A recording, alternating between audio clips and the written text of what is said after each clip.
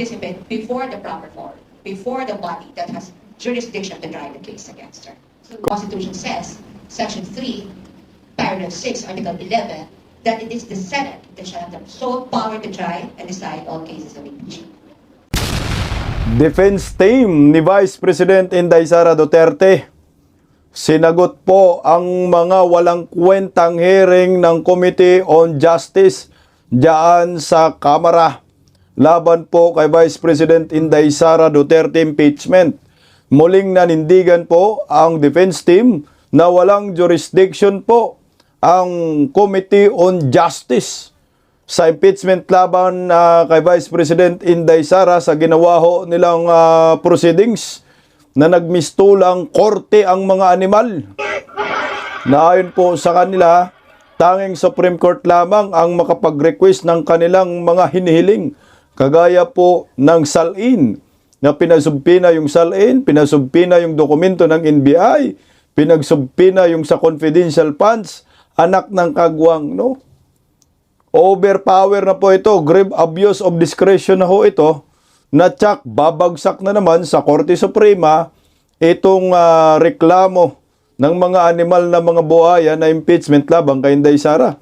Again, hindi pa po malinaw ang articles of impeachment ng mga hunghang dahil wala nga po silang ebidensya dahil ito lumalabas na fishing expedition.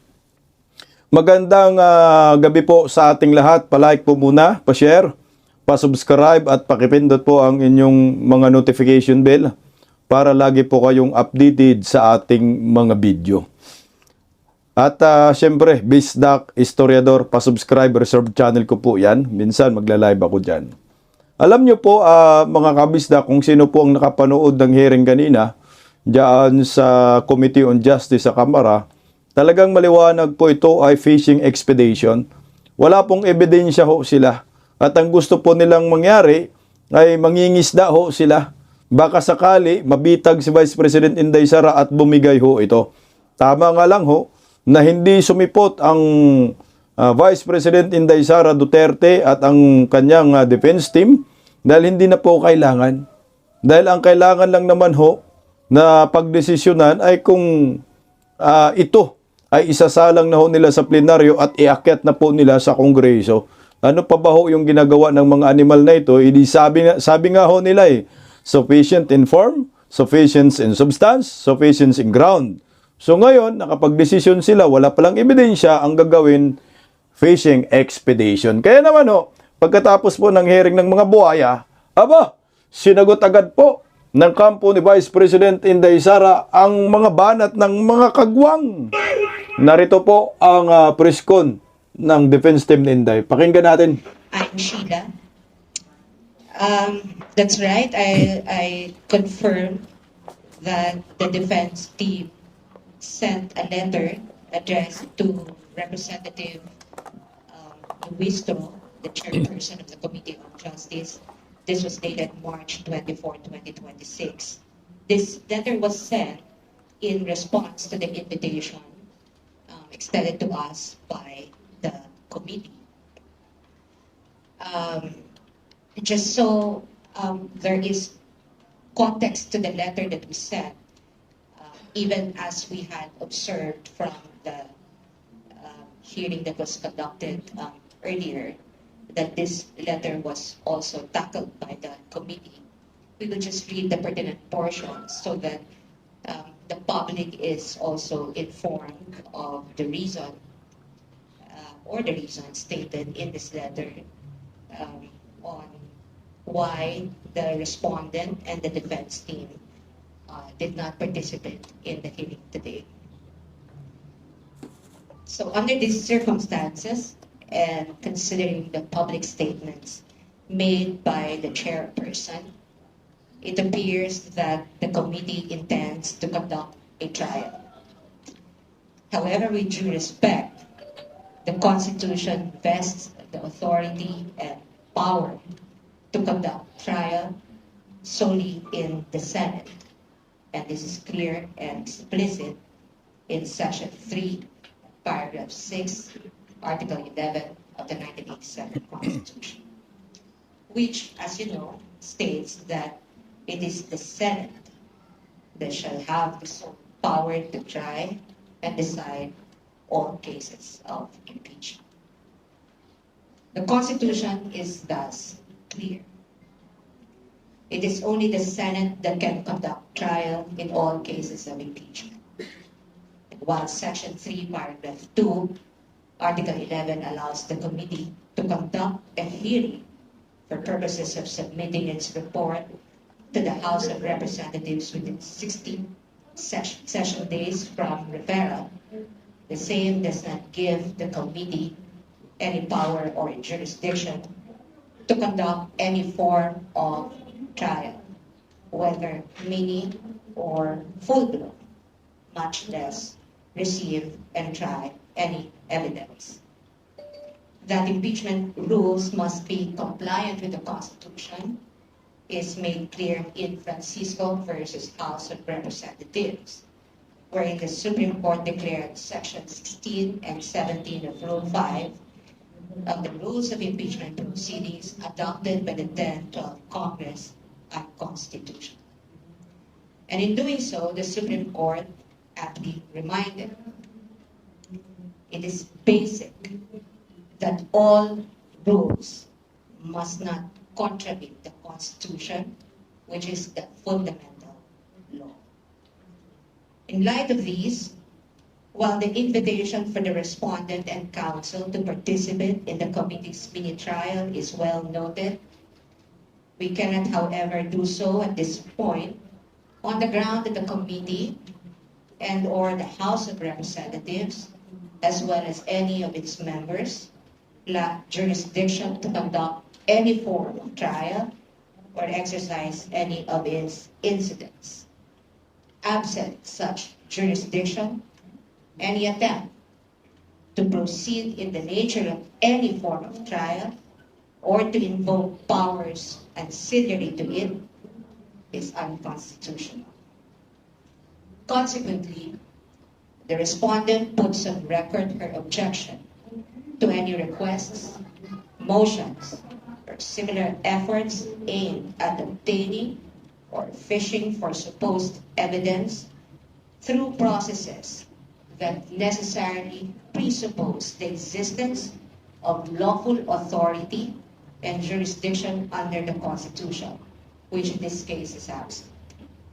As timely stated in the appearance and consolidated answer both made at Cotelam, the respondent does not waive any jurisdictional or other objections she has to these proceedings, nor her right to seek the appropriate legal remedies. Nonetheless, she is prepared to meet the charges against her before the proper jurisdiction. Dali na naman dito ang mga buhaya. Yung jurisdiction na naman ngayon ang kini-question ng kampo ni Vice President Inday Sara dahil nga naman maliwanag pa sa sikat ng araw na hindi po pwede mag-conduct po ng trial itong mga buhaya dyan sa Kongreso. Dahil ang pwede lang po mag-trial ay yung impeachment court dyan sa Senado.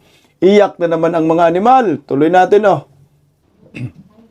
Sir, Anthony Sumondogo from TV5. Natapos na po yung hearing ng Committee on Justice and there were several motions po na natakil sa hearing where they want to issue subpoena doon sa mga ilang dokumento, kapilang sa mga financial transactions, LDR, anyway yung attorney po kasama doon sa pinasabina. Maybe just get your reaction on that. And ano po yung magiging tugon ng defense team since ito nga, may mga hinihiling na yung committee na mga dokumento na mapresenta o matakil doon sa pagpili. Thank you. Una-una sa lahat, I guess I'll have to address yung subpoena that was issued against myself. I will wait for the subpoena. Titingnan ko kung may laman ng subpoena, but definitely I'm willing to attend. Wala akong any intention to evade having to attend before the Committee on Justice. Although I must say, I was monitoring the hearings. In fact, that's why hindi kami nag-start until matapos yung hearings out of due respect na rin to the Committee on Justice. I was a bit surprised because I think the ground stated there was that I was the one in charge of the accomplishment reports, etc., which obviously the facts and documents would show that it was not me. But nonetheless, I don't see any point in not appearing. So I will definitely abide by the subpoena, subject to, of course, titignan natin kung anong laman. Pagdating naman doon sa mga ibang subpoena that will be issued for the documents, I think it is our job as counsels to look first at kung ano yung scope ng subpoena and to see kung naayon ba sa batas yung pag-issue ng subpoena. Sir Sheila, is there anything you wanted to add? In addition to what Mike had said, I think the portions of the letter that I had read earlier would answer that question. So right now, what is clear is that we have questions on the jurisdiction of the committee to conduct any form of trial. And if you had noticed also from the letter, we had stated that it's not only the conduct of the trial, but also the exercise of any and all ancillary incidents to it, which includes, of course, the issuance of any compulsory process.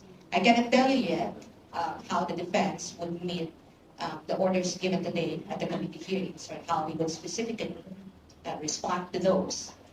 But we are making clear that we are questioning the jurisdiction of the committee to conduct this form of trial, whether it is something that they may have, or some members of the committee may have referred to as a mini trial or as a form of hearing. But we have a fundamental question on the jurisdiction, and that fact has been made clear in the letter that we had sent to the chairperson of the committee. Na lang po from my end. Ang clarification po ng chairperson at sa members of the committee na ito daw po ginagawa nila is like not like a mini trial but like preliminary investigation na kung ikukumpara doon sa usual na legal process na ginagawa. At ang sabi po, para po kay Representative De Lima, parang disrespectful daw po na hindi humarap si Vice President Sara Duterte para personally ipaalam o i-lay down yung kanyang mga rason kung bakit hindi siya dahil or naharap na dito sa pagdalo. Thank you. Right, thank you. So you have two questions, right? Number one, if you want us to react to the statement that what the committee is conducting is not a trial, but it's allegedly a preliminary investigation. Number two, you also want us to react to the statement of Representative De Lima,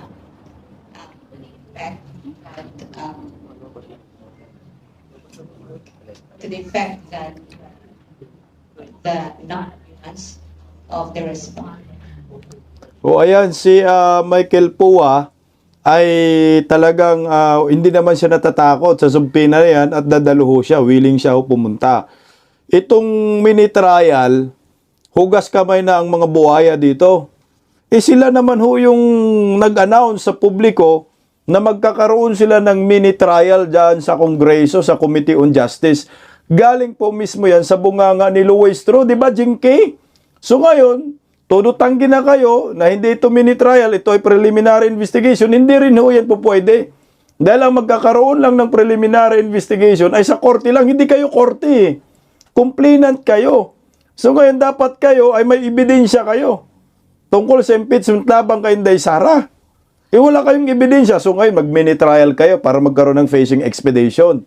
Maglalabas ng mga ebidensya. Papalabasin nyo ng mga dokumento ang kampo ni Inday Sara. Si Raulo naman, ang kampo ni Inday Sara, kung maglabas ng mga ebidensya nila, hindi naman po ito ang tamang venue, kundi ang impeachment court. Tuloy po natin. At the committee hearing today is allegedly a disrespect. Let me respond to the second one before I go to the first one. We regret that that's how the good representative feel, but we also had very clearly in our letter and with good intentions, because it is our duty as lawyer to put the defense, best defense available for our client. And at this point, we really feel or we believe that the committee really has no jurisdiction to conduct any form of trial.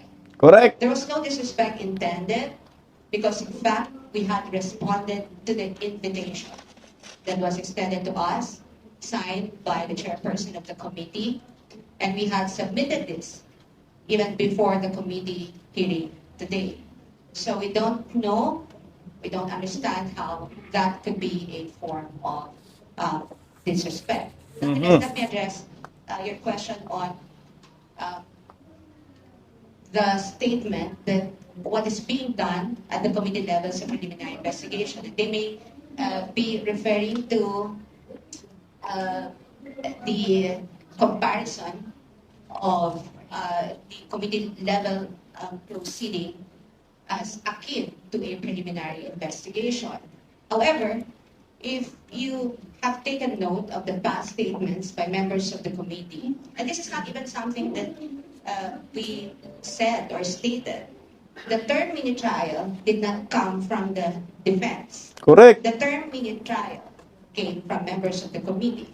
And in fact, you only have Kay Luestro po yan, kay Luestro at saka kay yung hinayupak na galing-galingan na Ridon.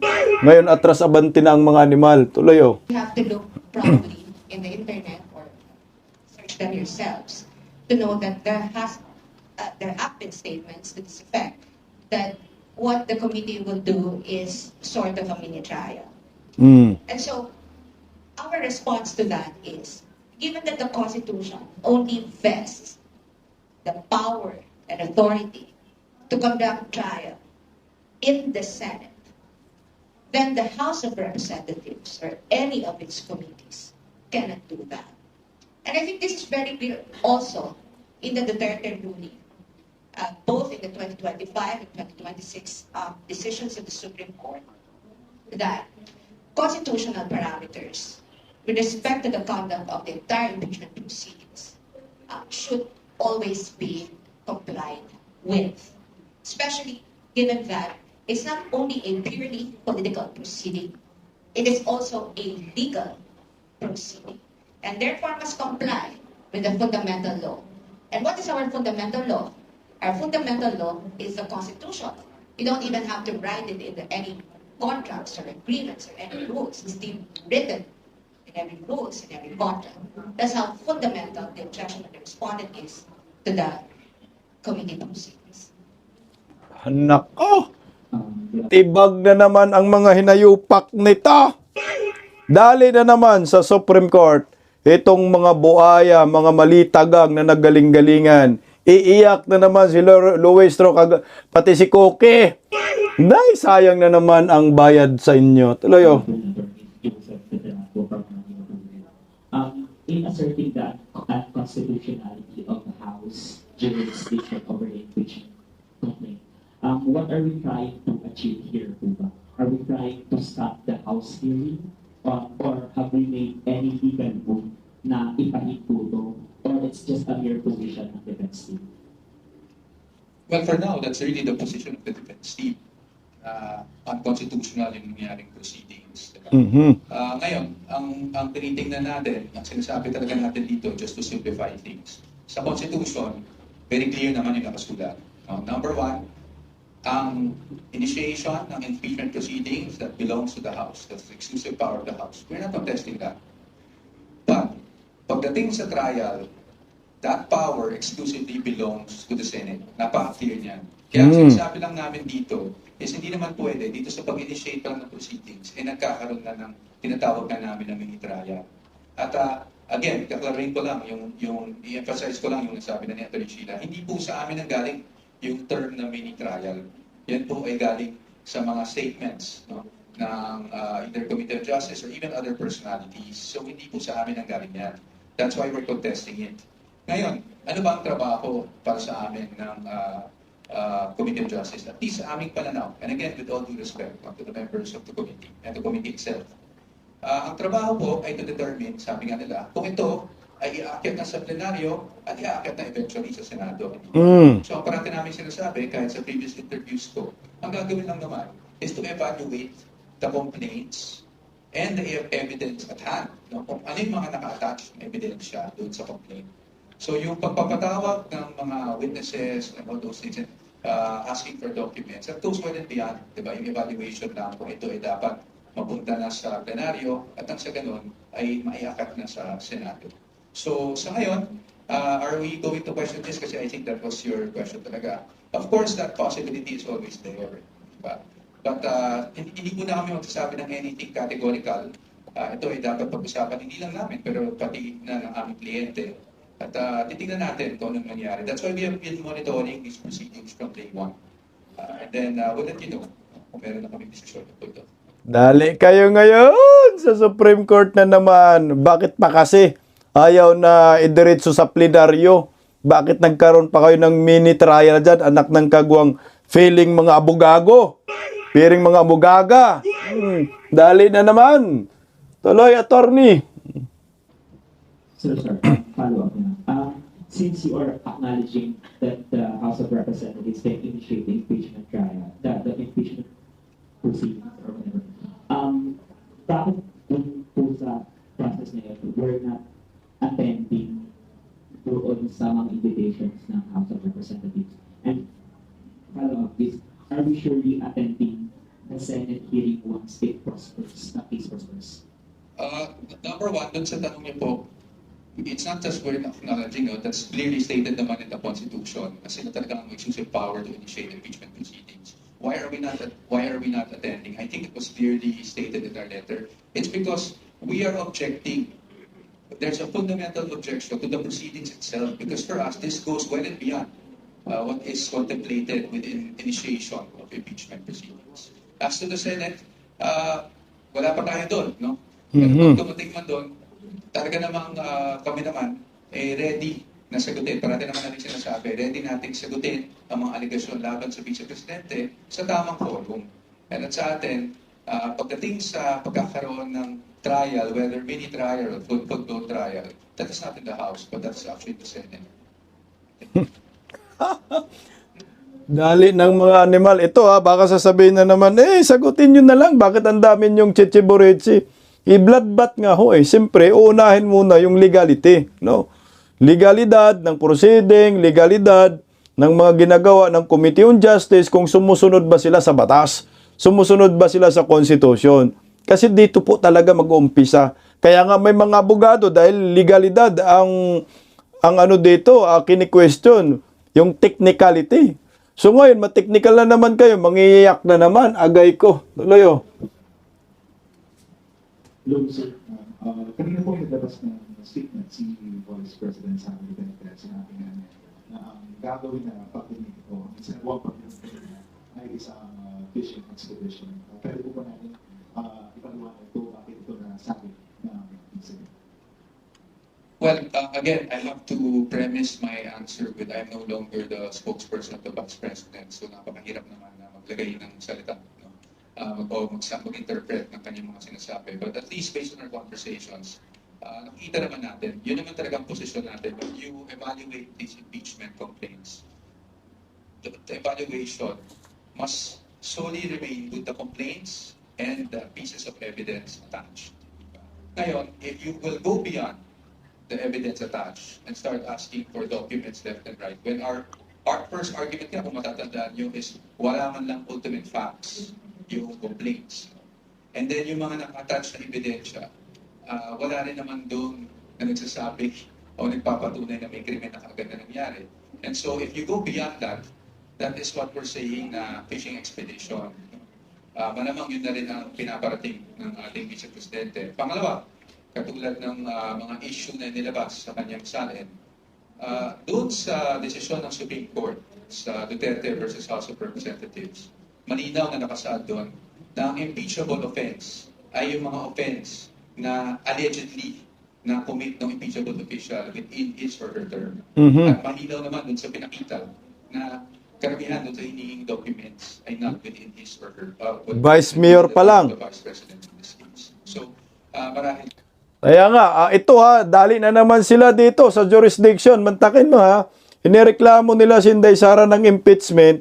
Ang pinag-uusapan yung confidential funds sa Office of the Vice President at saka sa DepEd. So ngayon, yung impeachment nila, pati yung pagiging vice mayor, ni Inday Sara, kinalkal mula 2007 ha, anak ng kamote. No, dito pa lang, sablay na naman.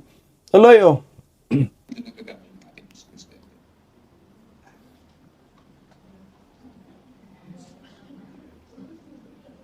Good afternoon po, Renan Lawson from the Manila Times.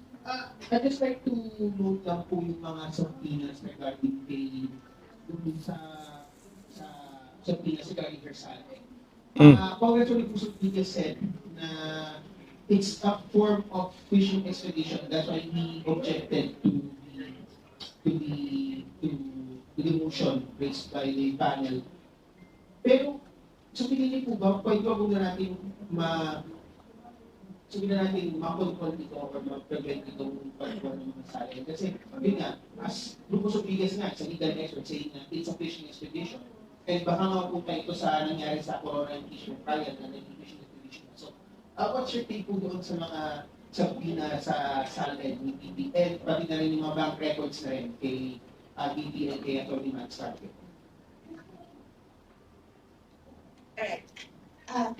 I think I've made this clear and also, again, say that if the objection of the respondent goes into the matter of jurisdiction, meaning does the committee have any power or authority to conduct a mini trial or whatever it is that they will call it, including the examination and cross-examination of witnesses, issuance of compulsory processes for the introduction, reception, and examination of evidence.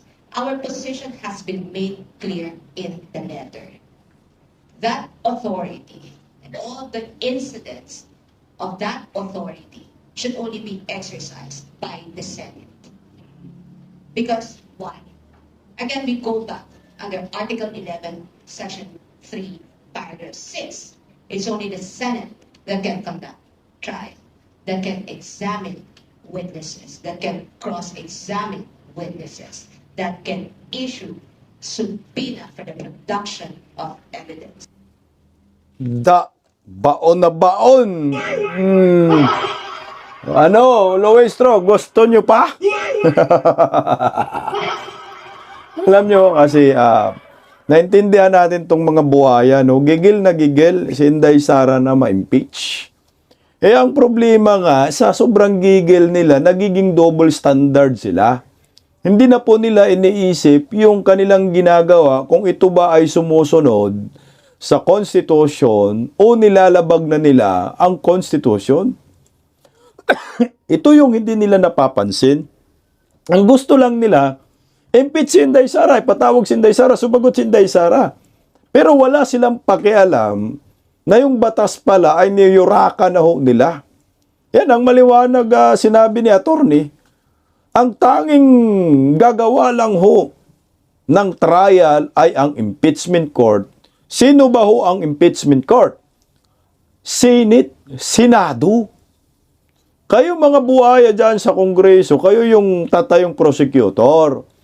So ngayon, kung gusto ninyo maglatagan na ng ebidensya, maglatagan na ng mga ribat-ribat dyan, legal battle na, dalhin nyo na sa plenaryo ang impeachment labang kay Inday Sara. Doon na po natin, doon, bumoto kayo. Tina-challenge namin kayo. Magbotohan kayo. Kung sa tingin ninyo, merong sufficiency in ground, sinabi naman ho ninyo yan, diniklara ho na ninyo, bakit ayaw na po ninyo i-forward sa plenaryo? Kung may ebidensya na ho kayo talaga. At doon na lang pagbubutuhan po kung i-impeach ba si Inday Sara or hindi. Alam naman natin itong mga buhayang ito, alam nila, nagawa-gawa lamang itong impeachment labang kay Inday Sara. Yung Madriaga, anak ng kagwang, bigla-bigla lang lumabas. Bakit noon hindi yan lumabas? Bakit ngayon lang? Bakit nung last impeachment wala yan? Ngayon lang kayo nakaisip? Kay Madriaga? Kasi nga, ang hinahanap ng mga ibang kongresista bago. Kaso naman, kinaladkad nila si Madriaga, anak ng kagwang, kidnapper naman, no? Sindikato naman. Yung kredibilidad, zero. Hindi po dapat maniwala ang taong bayan sa mga kriminal na kagaya ni Madriaga. Bigla-bigla lang sumulpot. Bigla-bigla lang kinuna ng apidabit ni De Lima. Kung naniwala kayo na mayroong impeachable offense si Vice President Inday Sara, magbotohan kayo sa plenaryo. Huwag kayo gumawa ng mini trial dyan sa Committee on Justice dahil pinagbabawal yan dahil hindi kayo mga abogado, hindi kayo korte. Hindi kayo judge sa impeachment court. Ang hurado po ay ang mga senador. Huwag nyo naman, tangina naman talaga. Sobrang abuse of power ito. Tuloy po. In fact, if someone here earlier asked, this is akin to a preliminary investigation. Under the current rules of preliminary investigation and inquest proceedings, even the matter of deciding or resolving the complaint is only limited to the complaint and the counter affidavits of the respondent and other affidavits and the evidence at hand. Nothing beyond evidence at hand. And let me clarify this because it might be that the idea that just because a respondent did not appear and sent a letter instead through the lawyers stating the reasons for non-appearance, which raises issues of jurisdiction, doesn't mean that she or us or we are just raising technical issues. Because I think every lawyer knows that the matter of jurisdiction is always substantive. Cannot even be waived, cannot even be subject of any agreement. Once a body, once a tribunal acts beyond the powers vested in it by the Constitution, that cannot be allowed.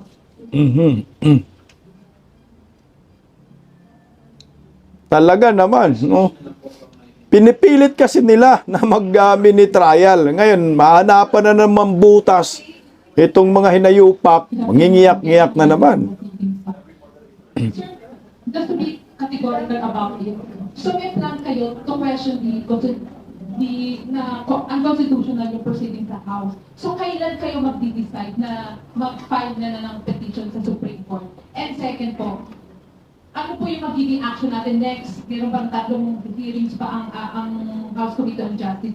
So ganito na rin po kayo scenario natin na walang a-attend ng mga lawyers except sa atin yung a-attend kayo dahil may subpoena kayo. Walang a-attend na lawyers and even si Vice President Sara Duterte. Well, number one, hindi ko po sinabing may plano. Ang sinasabi ko lang po is, of course, there's always that possibility. Maraming nag-frame the past few weeks. Sinasabi, aakyat yung mga yan sa Supreme Court. As if it's a wrong thing. Our job as lawyers is to protect the client and the rights of the client against harassment and all of these kinds of things. And sa ngayon, ang sinasabi namin is that is always a possibility. Especially since, ulitin ko lang yung sinabi ni Atty. Sheila, our objection to the proceedings is fundamental. Hindi to mere technicality. We are saying na ang sinasagawa ngayon ng committee, at least sa aming pananaw at sa aming posisyon, is labas na sa kapangyarihan nila dahil yung trial, mini-trial, full-blown trial is really vested upon the Senate. Ngayon, pagdating sa susunod na hearings, hindi muna kami magkokomento mga tungkol dyan. Dahil syempre, we are monitoring the developments as they come. And as lawyers, although of course, we are ready to anticipate anything and everything that comes, we are also not inclined to telegraph what we plan to do.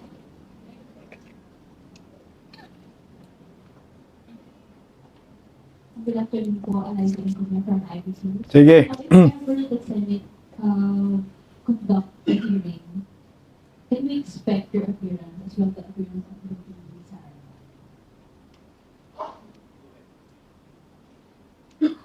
Again, I think our letter is clear. We cannot participate in a proceeding that we think is unconstitutional.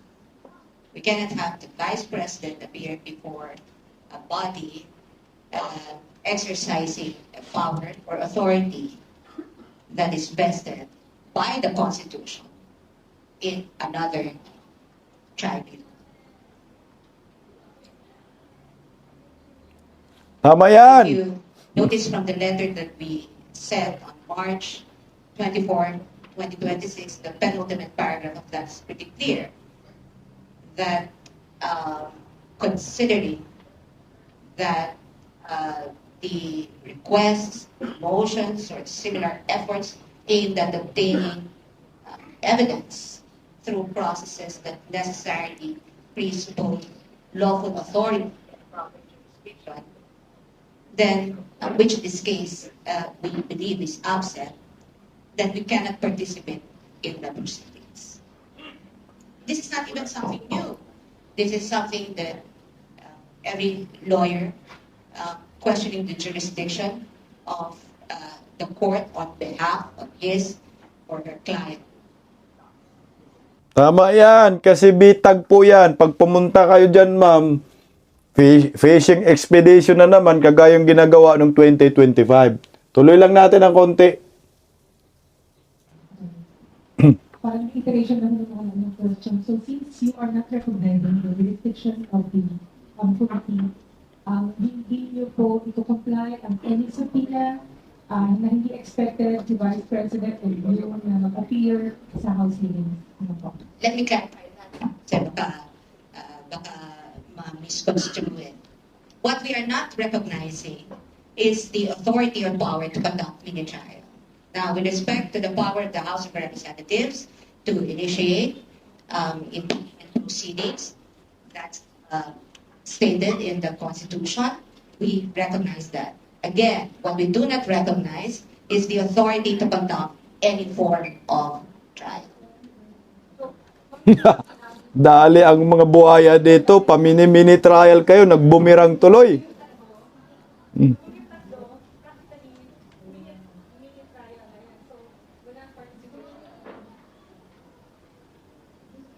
We can't tell you yet what will happen in the next weeks until the committee concluded its proceedings because, as you know, the committee has just finished the hearing this afternoon, and we have yet also to receive any invitation or notice for the next hearing. But what I can tell you is that every step that we will take from here on is deliberate. And those steps would be primarily to protect the interests of our client.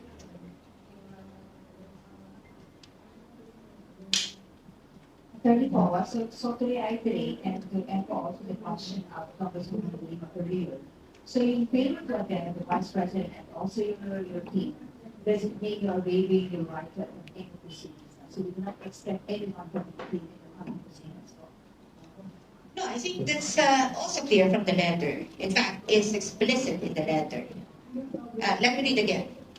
As timely stated in the appearance and consolidated answer, both made at Cotelang, the respondent does not waive any jurisdictional or other objections she has to these proceedings, nor her right to seek appropriate legal remedies.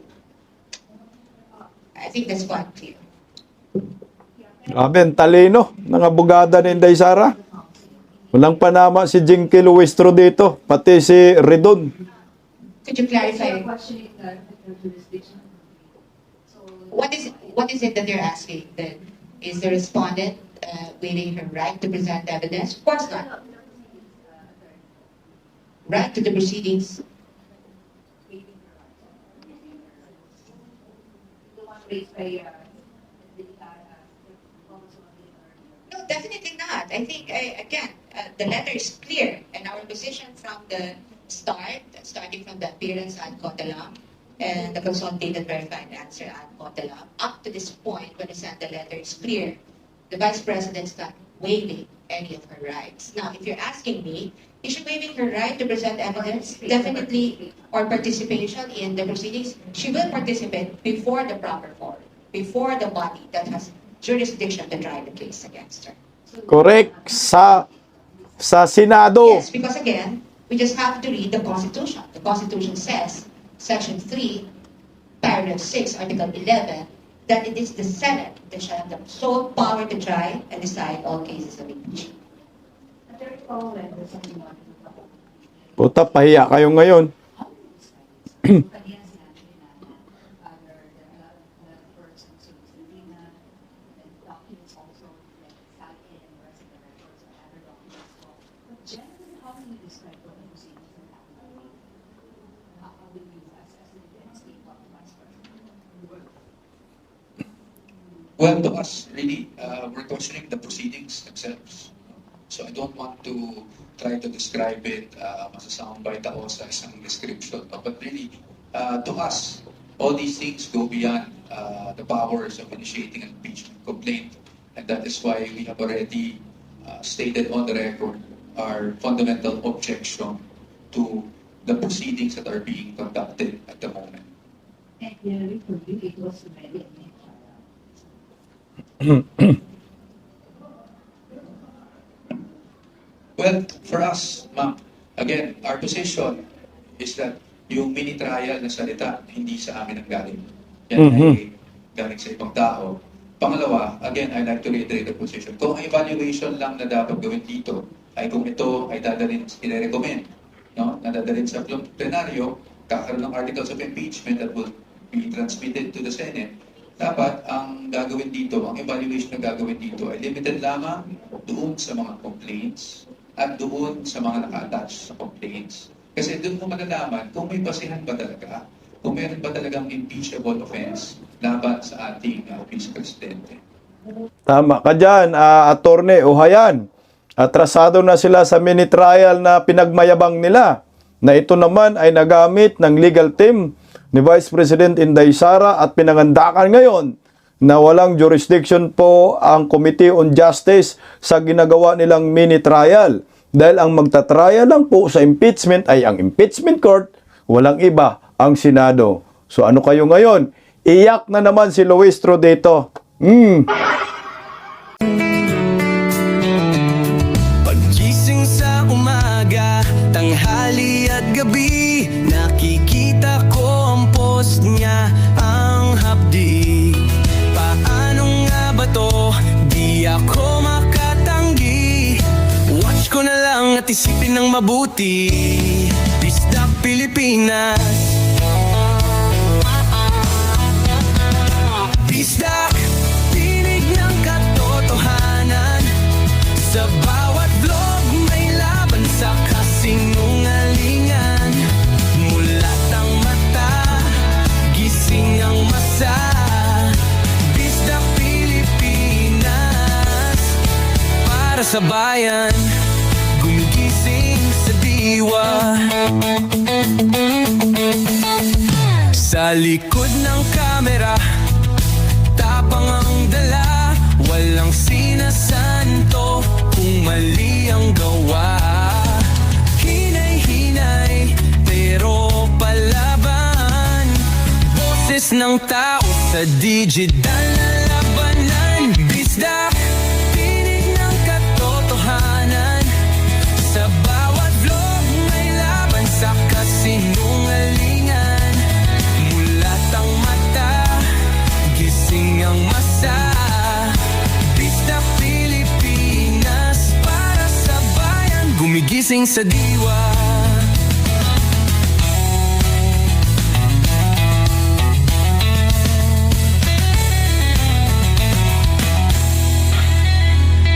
Hindi artista, hindi politiko, pero ang katotohanan, sigaw niya ay buo.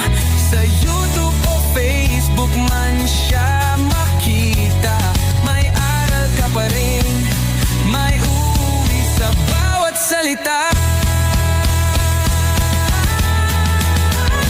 Bisdak, gising sa katotohanan, di lang kwento, kundi panawagan. Sa bawat Pilipinong naghahanap ng liwanag, Bisdak Pilipinas,